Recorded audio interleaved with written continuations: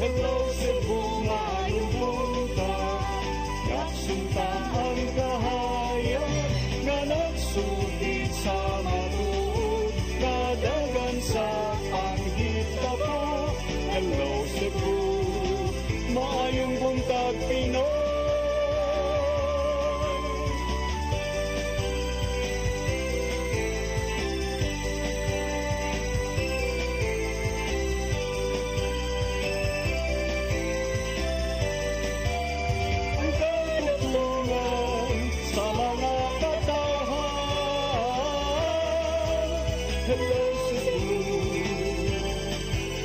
Hello Cebu, maayong buntag Pinoy.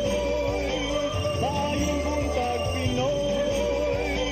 Maayong buntag Pinoy.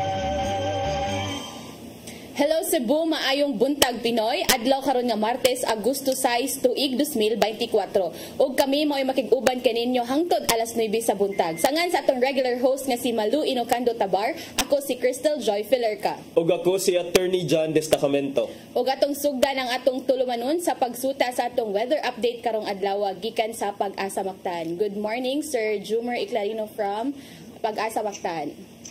Yes, ma'am. Og so, good morning sa tanan. Og sa atong tanan tigpaminaw kini atong latest weather update karong adlaw. Atong low pressure area na gi-monitor sa 835 kilometers sa may east-northeast ng extreme northern Luzon. O kining habagat paday naka-apekto sa Southern Luzon o Visayas. Atong weather conditions sa Central Visayas, lakit ng probinsya sa Cebu, makasinati ng panagsama panganuron nga sa madag-o mo na kalangitan og nay mga patak-patak ng mga pag-ulan o kini mga thunderstorms. Padayon ta mag-monitor sa mga gi-issue ng mga thunderstorm advisories. Hiniingit na sa kasarangan ng hangin masinati sa Visayas, ug ang kadagatan malinawon nito na sa kasarangan ang pagbalot. Temperatura sa Cebu 26 to 33 degrees Celsius, adlaw mo salop alas 6 sa hapon, dagat mo taob alas 11:51 karong udto, muhunas unya alas 7:06 sa gabi. Philippine Standard Time alas 8:05 sa buntag, gikan diri sa Mactan, Pag-asa Visayas, DOST Jomer Eclarino. Sir Jomer. Yes sir, good morning. Yes sir, good morning. Kaning habagat sir until kanos animo last sir? Yes, so habagat season pata this month until kini ma-terminate sa month of October. Month of October. Okay. Kinangutana ko sir kay nagdaghang mga pasahero sa barko usahay sir, mahadlok og sakay mga barko rong panahon na sir tungod kay dili usual ang mabawd bitaw sir. Yes, so so far as of karon pagkusog habagat is baloron atong kadagatan, but karon is mostly western section ng Luzon or western Visayas ang affected sa habagat. And ang atong weather sea condition sa Central Visayas is light to moderate ra. Okay. So wala tay gale warning. Okay. Daghang salamat Sir Jomer Eclarino gikan sa Pag-asa Visayas. Thank you sir and good morning. Sir. Daghang salamat and good morning. Good morning. Og karon ato nang tan-awon partner unsa kay mga front pages sa atong lokal ug national nga pangapamantalaan. Atong sugdan sa Sunstar Daily. Suspension of modernization program to bury co-ops in debt. Unya arita sa super balita, suspect miangkon sa krimen. Sa The Freeman, Cebu's 455th anniversary celebration, Visayas executives support BBM. Sa Banat News, sales lady na hinaykan. Matod sa CCPO, luguson unta apan ni sukol. Sa Philippine Daily Inquirer, legacy secured, grateful nation waiting for Yulo. Sa The Philippine Star, Marbil vows to return VP Sara's trusted cups. Sa Manila Bulletin, bigger rewards for Carlos Yulo. Og sa Tempo, path to greatness. From Leveriza to Paris, Yulo has come a long way. Maukad to ang mga front pages sa atong lokal o national nga pamantalaan. Sa atong pagbalik, atong sayran ang mga balita nga nahipos sa atong CCTN News Department. Please stand by.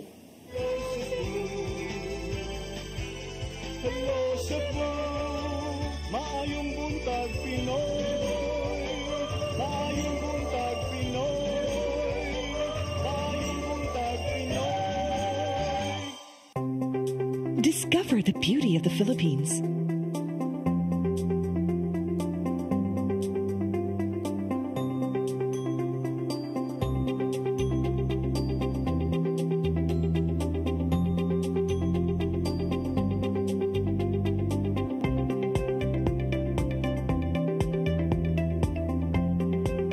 with Philippine Airlines, the country's flag carrier.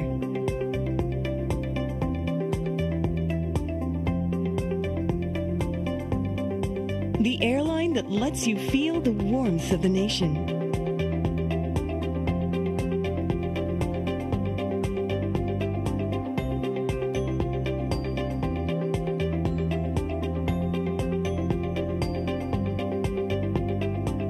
Mabuhay!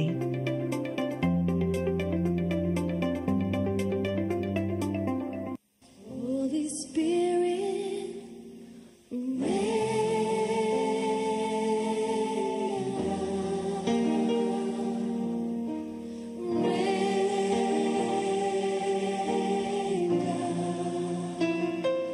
oh comforter and friend, how we need your touch again. Holy Spirit, Come October 4, 5, and 6, another gathering will be held in Cebu City, the first National Charis Conference, which is open to all charismatic communities, realities, and expressions. Hosted by the Brotherhood of Christian Businessmen and Professionals, the event will have interesting workshops and topics to help us grow in our various charismatic gifts and charisms. Watch out for more details about this event from our host BCBP in the coming days. Meantime, let's be ready to join these gatherings and pray for the outpouring of the current of grace in the Philippines.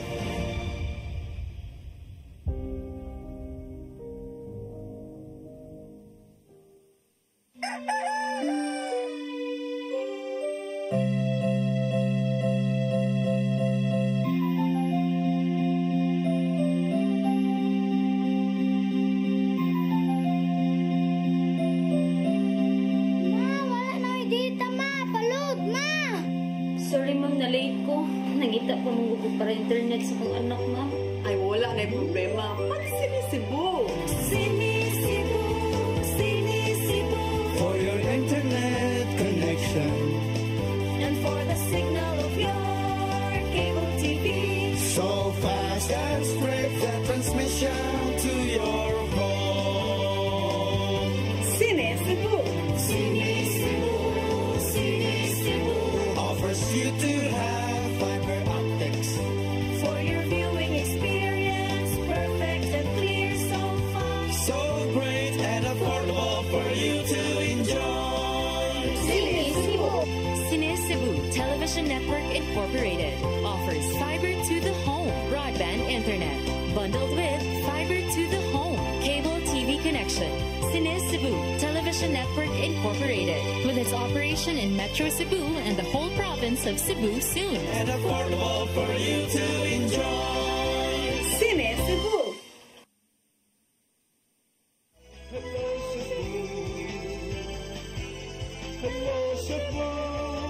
Maayong buntag, Pinoy. Maayong buntag, Pinoy. Maayong buntag, Pinoy. Balikta sa Hello Cebu, maayong buntag Pinoy. Ug karon ato ng sayran ang mga balita nga nahipo sa atong CCTN News Department.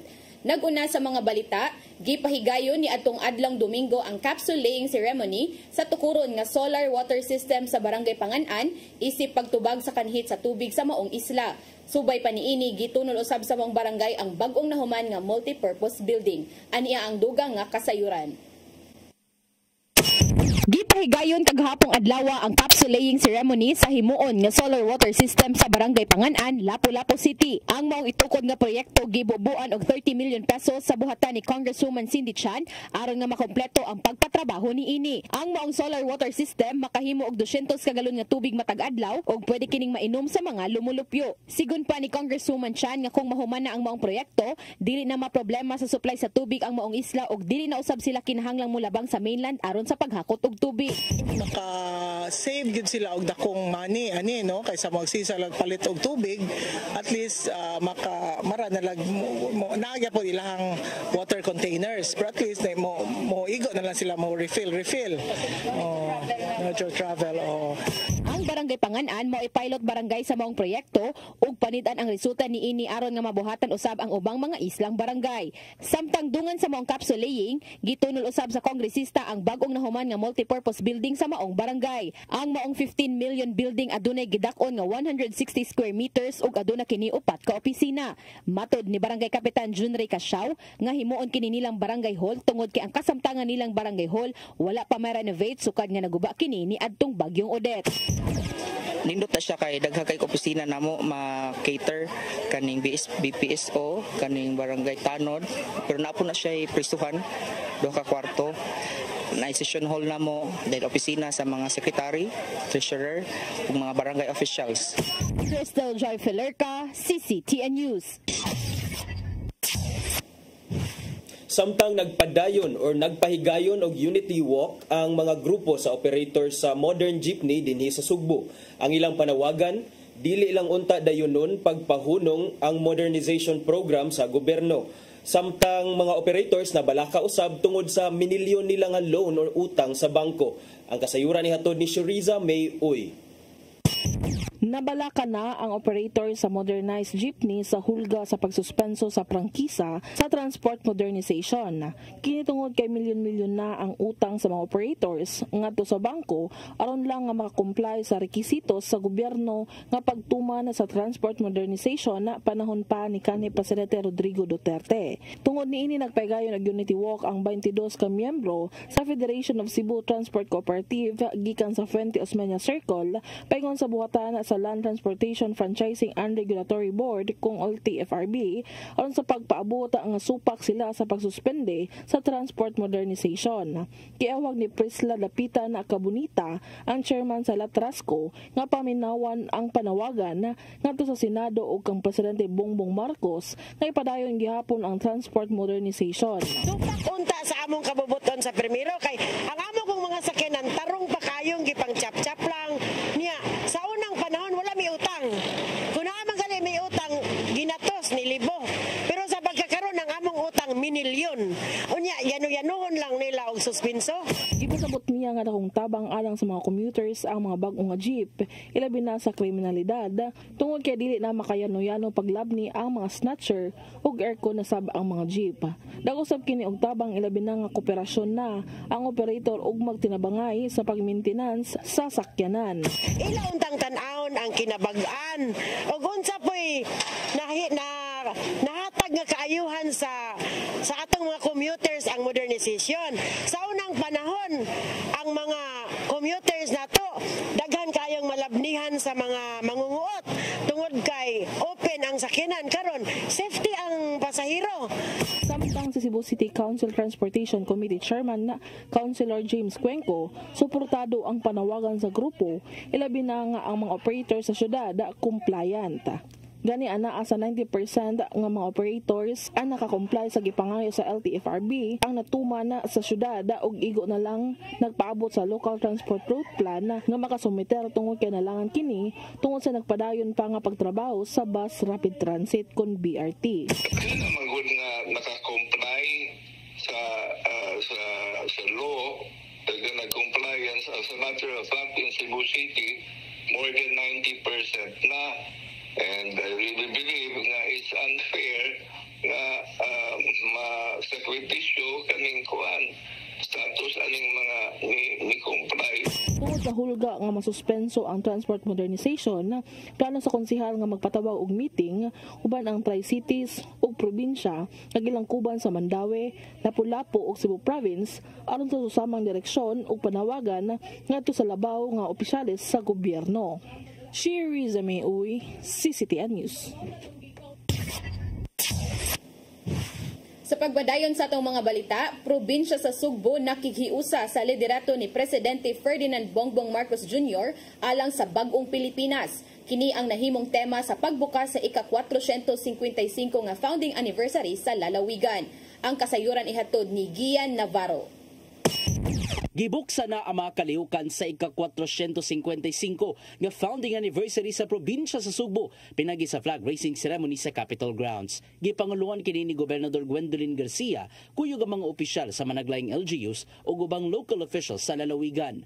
Nakahigayon sa pagsaulog ang mga anaa sa government and private sector, ingon man ang mga opisyal gikan sa ubang bahin sa Visayas. Nakahigayon sa paghandom ang pipila ka mga local officials sa mga naimong kalampusan sa Sugbo, taliwa sa managlahing mga hagit. The strong, decisive, and compassionate leadership of Governor Gwen Garcia, the local government officials, and the people of Cebu rallied together to overcome these challenges and rebuild the province. Let us renew our commitment to Cebu. Let us work together to build upon the solid foundation laid by our predecessors and continue to shape a brighter future for generations to come. The bridge, the airport, and the processing zone is one way or another help shape Cebu as the number one in terms of trade, commerce, and industry. The support of President Ferdinand Marcos Jr., we are confident in a future that holds great promise and prosperity for all Cebuanos. Guest si First Lady Liza Araneta Marcos sa pagsaulog sa founding anniversary ug mihangop sa inimong panaghiusa sa mga opisyal sa Sugbo. Kini aron ipakita sa mga Cebu officials ang hugot nga pagsuporta sa liderato ni Presidente Ferdinand Bongbong Marcos Jr.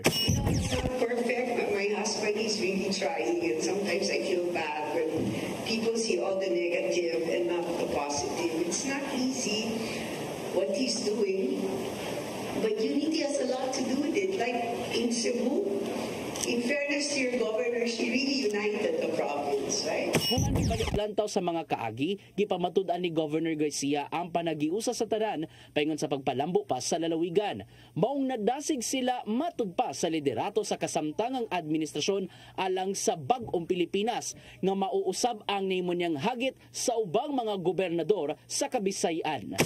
Leaders, as chief executives who understand the burdens that we must face, multiplied 1,000 times for the President himself.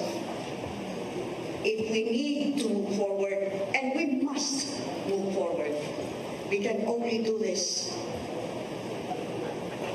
with a united country. Pipila sa mga atangang kalihukan nimbuan na maungusa ka International Stakeholders Summit diin mag-abot ang mga eksperto sa managlahing bahin sa kalibutan. Ug ang giatangang leveled up nga pasigarbo sa Sugbo 2024 karong Agosto 25 nga pagasalmutan sa 51 ka mga LGUs. Gian Navarro, CCTN News. Sa laing balita, naangol ang usa ka lola ug ang iyang apo human giingong nisuway kini pagsalbar sa ilang mga gamit sa ilang nasunog nga panimalay niadtong Sabado. Ang kasayuran ihatod ni Crystal Joy Felerca. Naangol ang usa ka lola ug iyang apo human masunog ang ilang panimalay sa Porok Judas Belt, Barangay Babag sa Lapu-Lapu City ni adtong adlawng Sabado. Ang maong sunog ni Ulbo alas 6:30 sa gabii. Matud ni FO3 Jeffrey Herodias, ang fire investigator nga giila ang biktima nga si Jeline Danyo, 49 anyos, ug ang apo niining si Lilka Danyo, 13 anyos, nga parehong nakaangkon og second degree burn sa ilang mga naong ug braso. Sa iyang investigasyon, nasuta nga nisuway og salbar sa ilang mga gamit ang mga biktima nga mao hinungdan sa ilang pagkapaso. Ako nasunog po dahil ko naman napaso ganitong tagihan, yanapil lang yung apo. Kaya kuhaan, kanang itry pa o kanang salbar sa ilang mga gamit na malubol. Mauto na napasok din taon. Mato paggawas, lakman, nag-iisod po pag-play, narato na siguro mato na pasok-pasok din gamay. Pag-gamay, pasok din si Madam. Sigun usab ni Herodias nga ang maong panimalay adunay tindahan ug matod sa mga silingan niini naanda na sa maong tagtungod ang pagpanglak kung alas 6 na sa gabii. Ang maong sunog nila na 15 minutos human nga napaong radayon kini pag alas 6:28. Wala ra kini makakatag tungod kay dali ra usab kining narespondihan. Apan gidugang ni Herodias nga bisan sa diriyot ni higayon sa maong sunog na totally damage gyud ang maong konkretong panimalay og nakadanyos kini og 420,000 pesos. May kalambigitan sa kuryente ang usa sa gitan-aw nga hinungdan sa maong sunog. Crystal Joy Filerca, CCTN News. Sa atong uwahing balita, syudad sa Mandawi nitugot sa pipila ka mga nasunugan sa Barangay Gizo sa pagbalik og tukod og panimay sa fire site samtang ang ubang nasunugan gikatakdang i-relocate sa Barangay Paknaan. Ang kasayuran ihatod ni Mary Rose Sagarino. Nahumana ang pagpuyo sa mga nasunugan sa Barangay Gezo sa Gezo Elementary School ni atong Biyernes human sa 15 ka adlaw. Subay niini ang tunghaan balik na karon sa pagpahigayon og face-to-face classes. Giingon ni Attorney Jamal James Kalipayan ang City Administrator nga pipila sa mga nasunugan ang ilang gitugtan sa pagtukod pagbalik og bay sa fire site. Apan ang moabot sa 20 ka mga pamilya nga kaniadtong nagpuyo ibabaw sa sapa ang i-relocate sa syudad sa Ganghaan sa Paknaan sa Barangay Paknaan. Mahagid sila nagpuyo on the river gyud so kanang ang katong naara sa kilid gitagaan na sila kanang chance nga makatukod og balik pero gipapirma na to sila waiver nga they are living on a danger zone kay bawo sila nga nagpuyo sila diha and that sooner or later ibalhin jud nato sila. Gikinahanglan nga mopahigayon og dredging operation sa sapa sa Barangay Gezo pagtabang sulbad sa baha sa barangay. Ang bahin sa Gezo Elementary School ang usa sa mga flood-prone area sa syudad sa Mandawi. Matud ni Kalipayan nga human ma-relocate ang 20 ka pamilya, posible nilang isunod ang nahabilin nga nasunugan nga pamilya nagpuyo kilid sa sapa. Naghanan jud ani nila are all beneficiaries of the 6.5 hectares katong dito sa Paknaan. Unya naaran to nagka-problema lang ang ilang association so they're still settling it with the officers and with Hudo aron nanagid sila areas dito pero I think na problema to sa katong ilahang initial nga equity. Mary Rose Sagarino, CCTN News. Mao kadto ang mga balita nga nahipo sa atong CCTN News Department nga inyong nakita kaghapong adlaw sa Sayre 47. Sa atong pagbalik ato nang paghisgutan ang pipila ka mga isyu nga manginlabot ang nasud ug ang lungsod. Please stand by. Hello Cebu, maayong buntag Pinoy. Maayong buntag Pinoy. Maayong buntag Pinoy. Discover the beauty of the Philippines.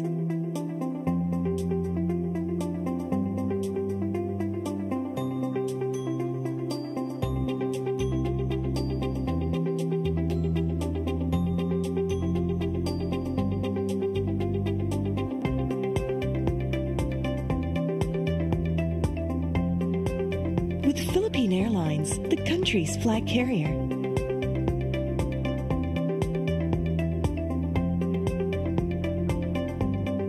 The airline that lets you feel the warmth of the nation.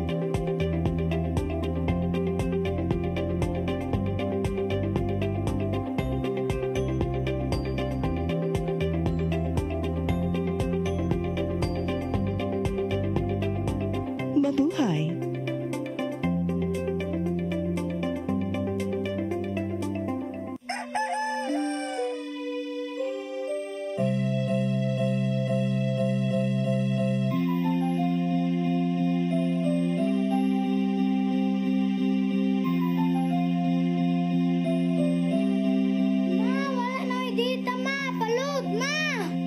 Sorry ma'am, na-late ko. Nangita pa mong gusto para internet sa kong anak, ma'am. Ay, wala na yung problema. Pag sinisibo. Sinisibo, sinisibo. For your internet connection. And for the signal of your cable TV. So fast and straight the transmission to your home. Sinisibo. Sinisibo, sinisibo. Offers you to have fiber optics. For your viewing experience, perfect and clear so far. So great and affordable for you to enjoy. Cine Cebu Television Network Incorporated offers fiber to the home broadband internet bundled with fiber to the home cable TV connection. Cine Cebu Television Network Incorporated, with its operation in Metro Cebu and the whole province of Cebu soon. And affordable for you to enjoy. Cine Cebu. Come October 4, 5, and 6, another gathering will be held in Cebu City, the first National Charis Conference, which is open to all charismatic communities, realities, and expressions. Hosted by the Brotherhood of Christian Businessmen and Professionals, the event will have interesting workshops and topics to help us grow in our various charismatic gifts and charisms. Watch out for more details about this event from our host VCBP in the coming days. Meantime, let's be ready to join these gatherings and pray for the outpouring of the current of grace in the Philippines.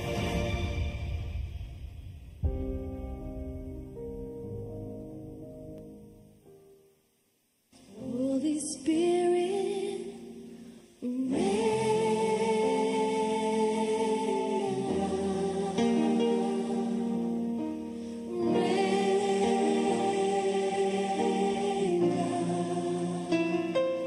oh comforter and friend, how we need your touch again. Holy Spirit,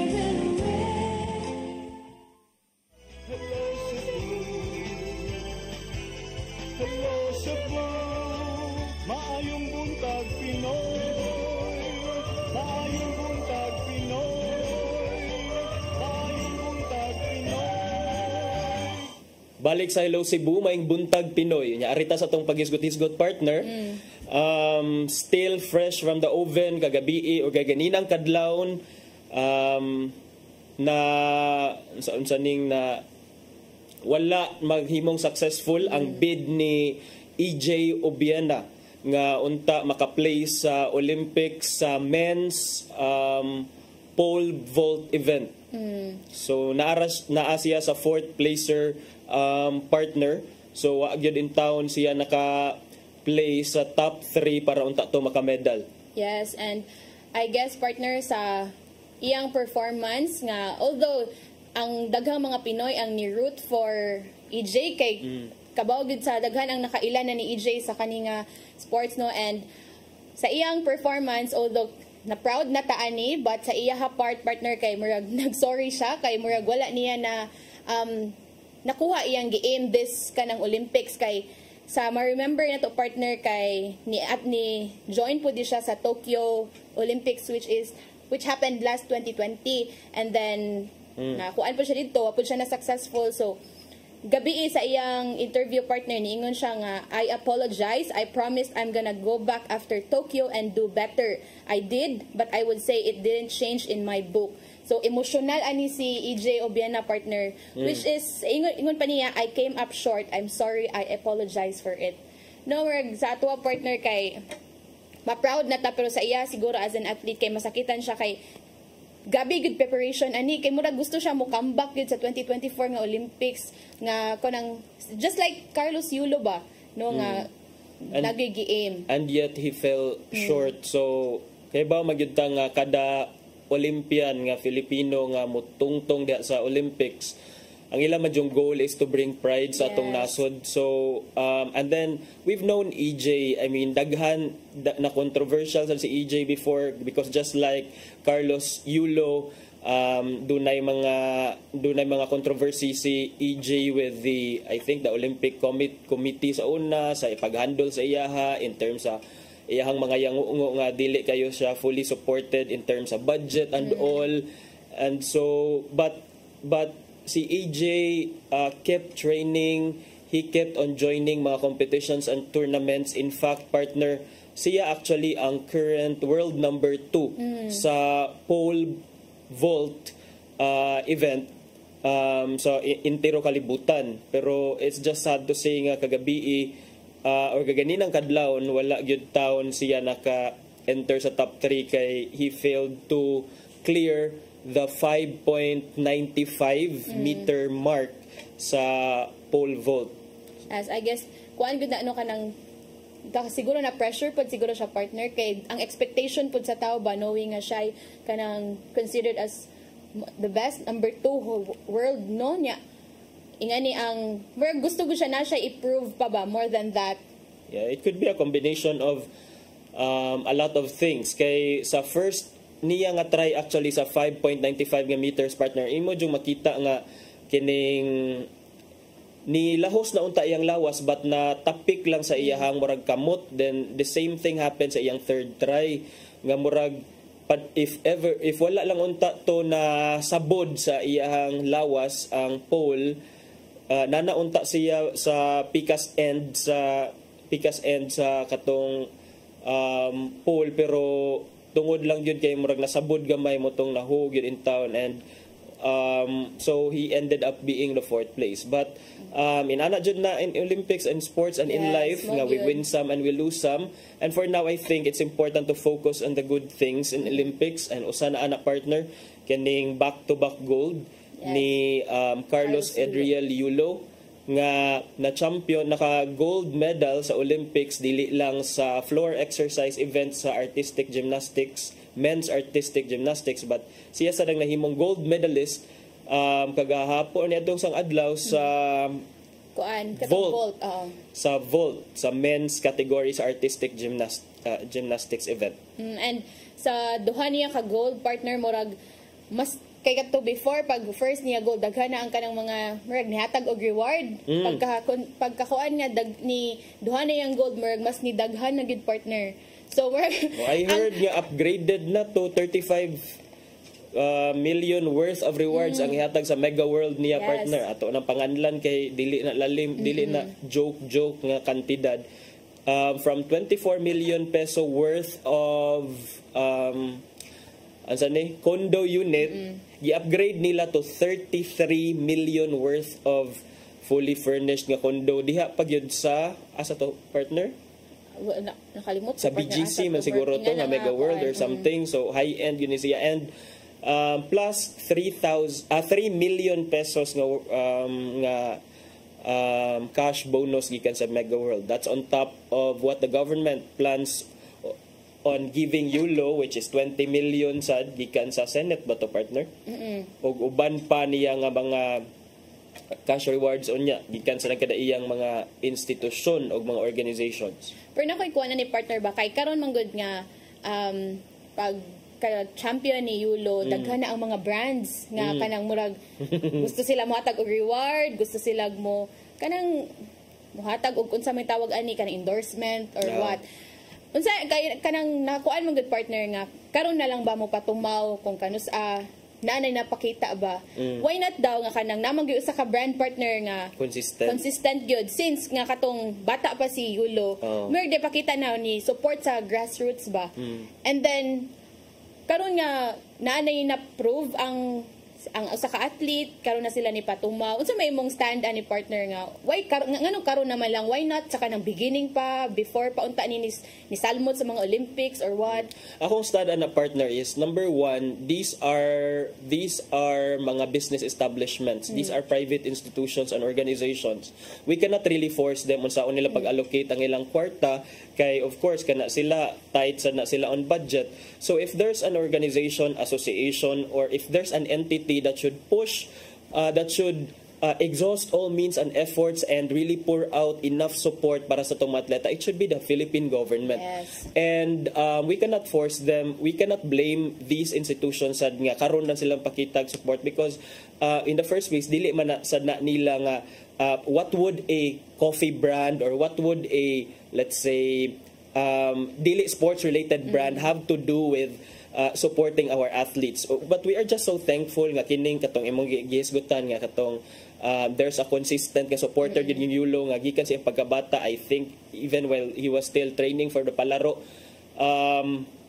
consistent na gid ang support. But para nako dili nato siya ihimo nga obligation sa ilang nga mo support because that's not their obligation in the first place. Karon malipay na lang ta nga ni congratulate sila and more than congratulate kay nihatag sa sila reward and possible endorsement. So inana na lang nga klase sa tabang kay wala man sila dili siguro sila maka-afford at that time ng makatabang partner. Malang pod partner, pero I guess sa giingon pa nimo partner nga bisag in the first place ang obligado gud nga mo support ani is the Philippine government. Pero tungod partner nga kanang di nga to malikayano nga tungod kay wala kakuwang sa support or kanang lack of resources nga gikan sa government, nagay mga kuan partner nga ato na lang gud ta mo rely sa mga non-government or kanang mga businesses nga kay I think bisag sa local nga mga kuan partner, not just internationally, kita gani diri nga kanang usahay kuwang ang funds sa mga sa local government nato. So asa man ta padung dito na sa mga private organizations. And I hope no nga kanang kani partner ba this time nga ni-excel na jud ang Philippines sa lain-lain nga mga sports. So unta tutukan na jud ding maayo partner kay yes, usa sa ko nakita na nakabasa ko nga ang first Olympic gold nato was delivered to us by Heidelin Diaz in weightlifting. And then the second and third golds for the Philippines in the Olympics were given to us by Carlos Edriel Yulo sa kalalaki with a sports nga traditionally gisilang siya nga pambabae nga sports. Si Heidelin sa weightlifting traditionally it's seen as a sports para sa mga lalaki. So mo to nga kining do not tayo mga sports nga favorite kay sa mga Pinoy basketball, but we don't seem to be successful internationally sa basketball o sa katong mga ordinary nga except aning boxing, ball games, yes partner, but naatay luck diri sa mga individual siguro na individual o kanang wala kayo lesser known nga game. So what para nimo partner what does it unsay dapat mga lihok or what does it tell our government nga unsay i-focus?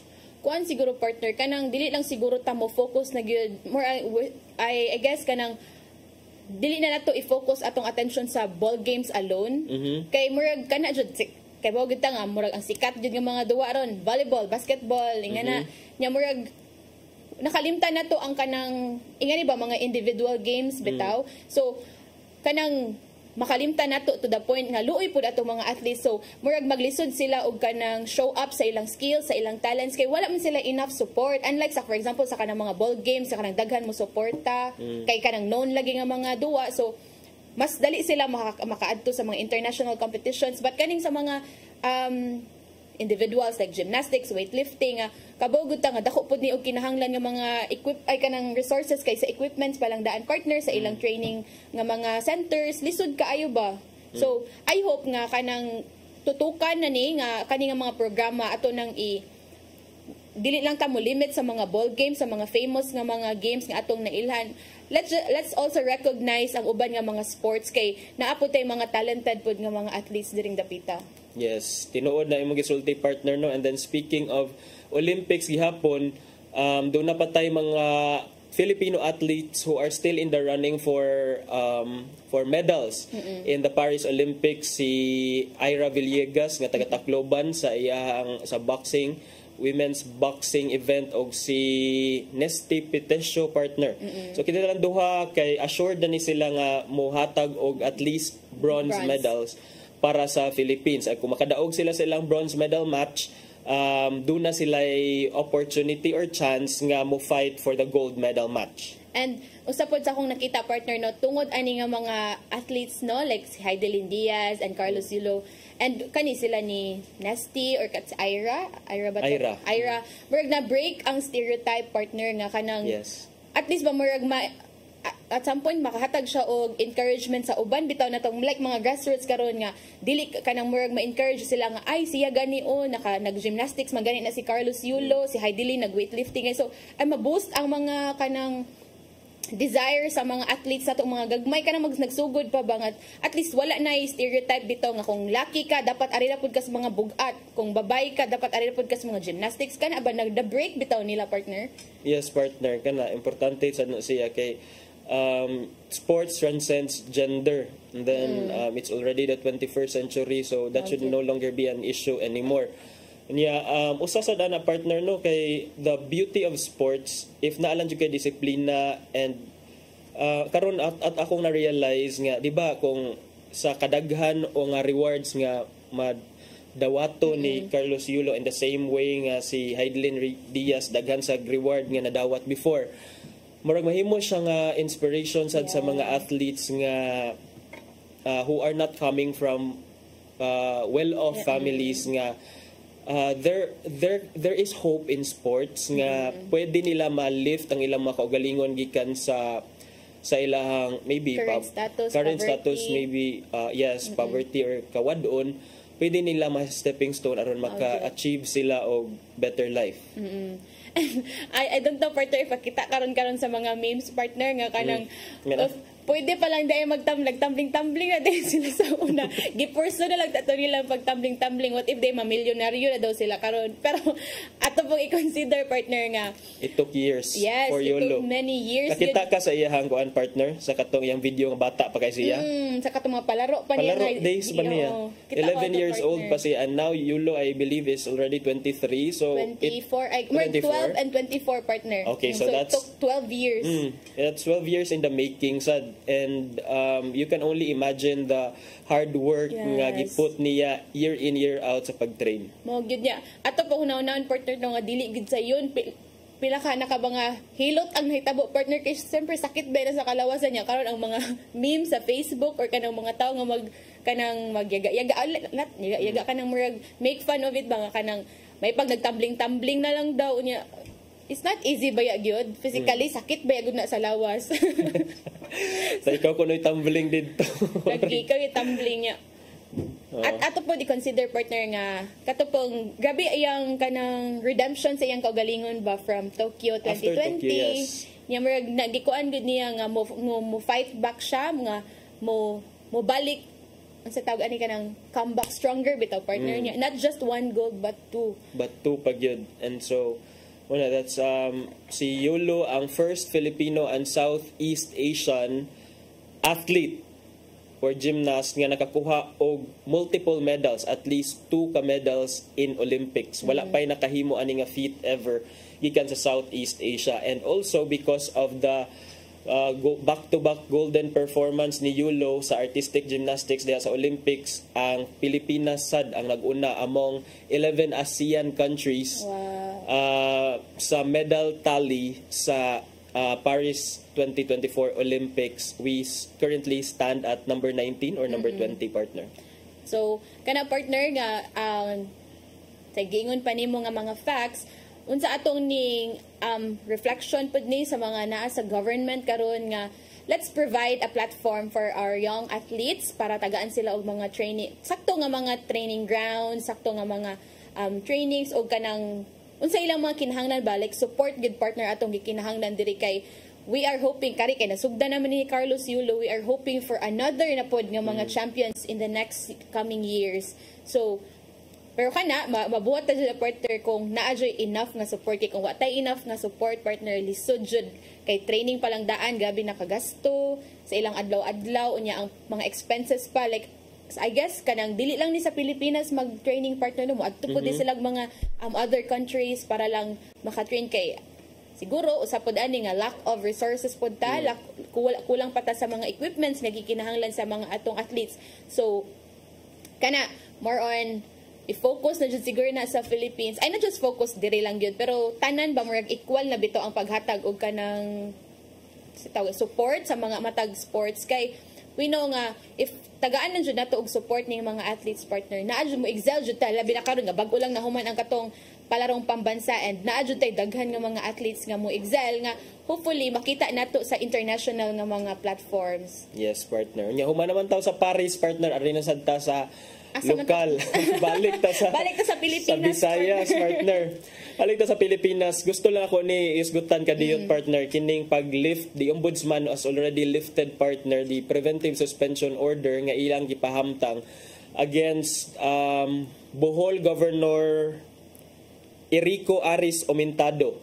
So kini si Governor Aumentado sa Bohol, partner, usa ni siya sa mga gi-preventively suspend sa ombudsman kabahin ato bitang Chocolate Hills Resort, partner, nga gitawag og unsay tawag ato nga kuano sa katong di ba na ni viral nga resort nga diha kanang gi-flash karon ni Sir Rodel.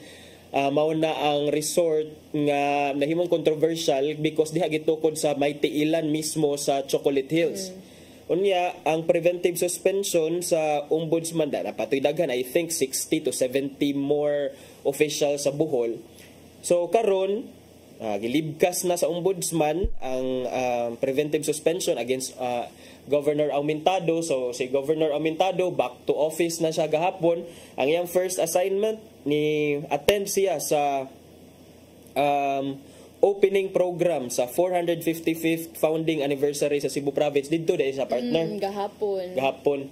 Unya, what's interesting ani partner kay of course when we talk about preventive suspension, dili na to malikayan nga ma-compare sad nato ang preventive suspension ni suspended Cebu City Mayor Michael Rama. Si Cebu City suspended Mayor Michael Rama sige siya og pangita og alibyo nga aron libkason sa dangiyahang preventive suspension, but sad to say until now 3 months after it was imposed on him or against him or served on him by the ombudsman, I think way back May or April, wala gyapon siya gilibkas. So makita lang nimo ang contrast ba nga duha ka mga opisyalis sa gobyerno wala libkasa. So good for Governor Aumentado, ingon siya gahapon kay na-interview man siya sa mga reporters diha sa Capitol. It was a lesson learned. Matod pa niya, that's mo na iyang paghulagway sa preventive suspension kabahin sa controversial construction sa resort niya. Nakadawat na si Gov Aumentado sa official copy sa order gikan sa ombudsman nga diin gilibkas na ang iyahang suspension order partner. So unsay kuan ani partner sa gitan-aw nilang nga grounds ani nga kanang malibkas na ang kaning suspension order niya? Ang gipahingusgan man gyud ni Governor Aumentado kay wala siya part sa mga groundwork or sa decision making process kabahin anang pag-establish or pag-build og resort sa tiilan sa Chocolate Hills. So nanghunaw gid siya ana kay matod pa niya wala ko ana sa meeting pag-agree sa mga officials nga mauday na ang himuon, wala ko ana sa meeting. So maybe usa na sa mga gitan-aw sa captain kuan day partner pangan sa resort is Captain's Peak Resort, manang pangan sa Epal nga resort nagituko diha sa tiilan sa Chocolate Hills. According to him, the second protected area management board clearance was approved during his first month in office as governor and did not reach his table, meaning to say nang hunaw siya wala gyud daw siya naka participate sa decision making process ana. And mausad siguro na reason nga nung gi-lift sa ombudsman ang yung preventive suspension. Maupod. So you're hoping ay instead November pa ato ma-lift iyang that 6 months also partner. 6 months pod. Pero si suspended Mayor Michael Rama kay nagpabilin nga suspended gyapon partner. And akong nakakuha na to partner based sa mga latest kay sige siya pangitag kanang sa to alibyo niyan. Hopeful po siya partner nga bisan this October iyang birth or before iyang birthday o sa patong nga special event sa iyang life mabalik na siya sa pwesto. So tanaw na to kung i-grant ba na sa ombudsman ang iyang request. But mo to iyang pasalig nga bisan pag maabot sa Supreme Court adtuon namon Supreme Court para lang makakita tag legal remedy sa iyang preventive suspension. Nya napamantay duga mga 5 minutes siguro partner. Unsa pa imong gusto nga hisgutan partner? Sa pato mga hisgutan dili kining nako ko nakit-an partner nga balita niingon si DepEd Secretary Angara. So ni Angara nga gi-reminda niya ang mga eskwelahan, mga school administrators nga dili mangulikta og mga balayronon nga dili sanctioned sa balaod. Importante ni sa partner kay kining ambot lang kung doon na ba'y mga eskwelahan patay na dunggan nga doon na ba'y mga eskwelahan nga nag-collect og mga anything nga wala bitaw gi-prescribe nga fees sama sa kana kunong mga magpa-bingo-bingo, magpa-ticket-ticket kuno. Nani namang gugunoy mga eskwelahan nga mag sell og tickets or mangolek og mga school contributions partner ba. So gi-remind ang just in time sa pagsugod sa bag-o nga school year mao na ang reminder ni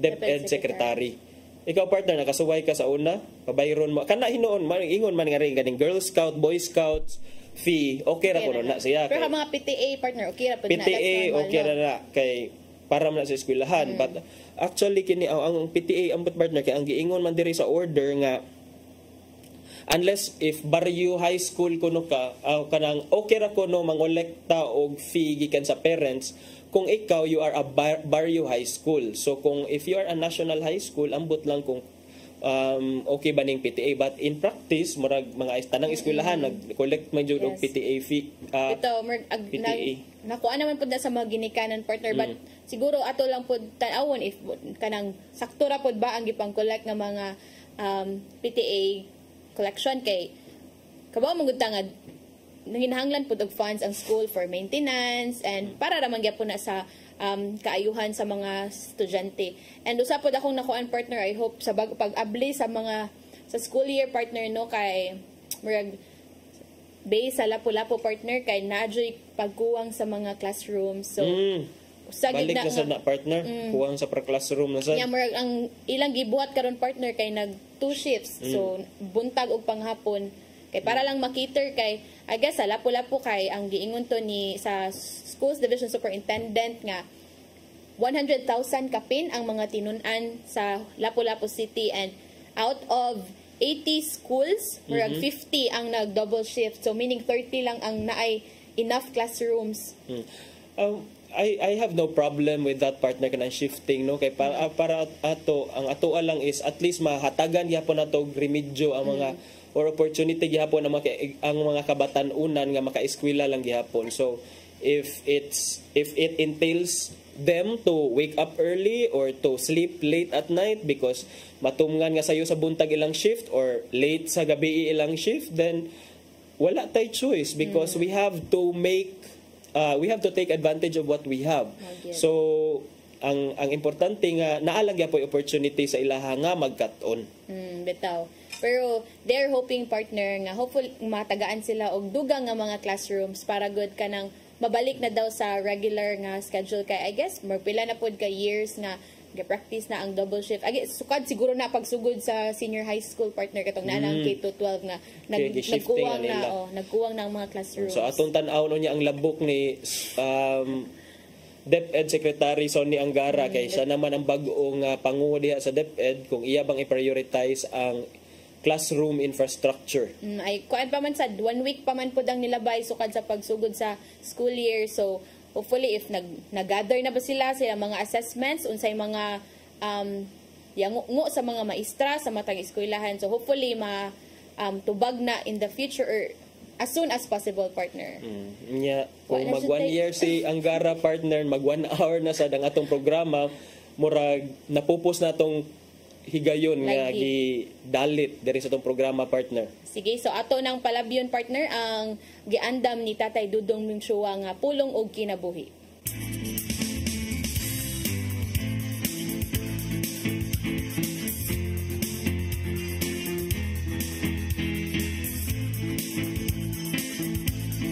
Ang pulong mo ang diwag sa dalan ko. Usahay amon sa mayo alam kanato dili mo ang atong giangko. Sayo ang atong gipangayo sa Ginoo. Kuningon nini ang sitwasyon, dayag na lang nga dili gyud ihatag sa Ginoo ang butang nga makadawat kanato.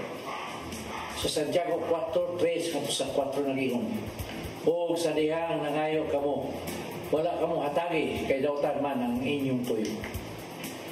Nangayo kamo aron lamang sa pagtagbaw sa inyong mga lawas ng kaibog, mga maloy. Wala ba kamo masayod nga ang pagpakihigala sa kalibutan mao ang pagkig-away sa Dios? Kay katong magkihigala sa kalibutan, nakig-away sa Dios. Kung dili gud kita butahan sa hingpit sa kabubuton sa Ginoo, mangayo kita sa butang bisan makadaot kanato. Kung usahay ihatag kini sa Ginoo aron pagtudlo kanato og leksyon. Kay sigon lamang nini nga paagi nga kita makaon. mga igsoon mo kini ang pulong maghatag iya kadato sa atong kinabuhi. Magambok kita. Na ito naman, may mga higayon nga dili na mo madawat ang tubag sa among mga pagampo. Sa mga ingon nining sitwasyon, duduy kami nga mutahan sa among kaugalingon diha kanimo. Kay dili bang gyud nimo itugo nga may dautang may tabo kanamo. Amen. Sa Amahan, sa Anak, sa Espiritu Santo. Ang pulong mo, ang diwat sa dalan ko.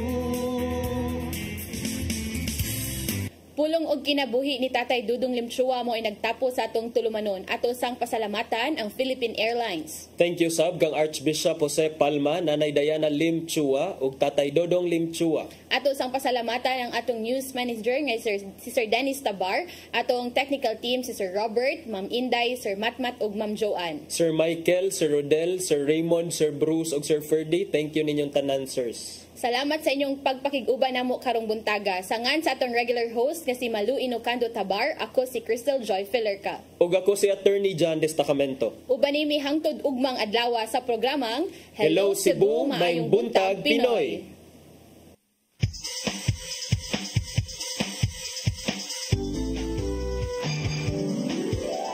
Hello Cebu, maayong buntag. Nagsunta ang kahayag na Usa ka pagtuo, usa ka tingog,